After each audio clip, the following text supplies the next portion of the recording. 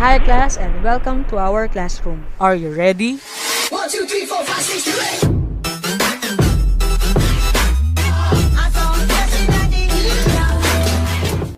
8. So, yung iba pang categories na meron sa function library ay yung recently used. So, nandyan yung mga recently used functions natin sa mga tables natin sa Excel.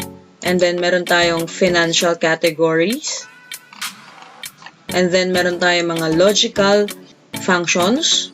Okay, ito yung mga for conditional functions na ginagamit natin. And then, for text. And then, meron tayong for time and date.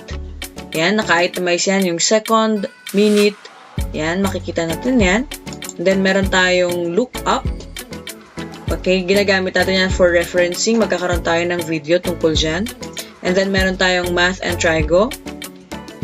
And then, meron tayong tinatawag dito na more functions or yung other categories na meron at pinaglalagyan ng mga built-in functions sa Excel.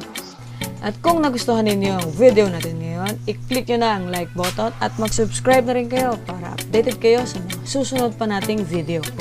Kita-kita tayo sa susunod nating klase. Thank you very much and remember, be kind to one another.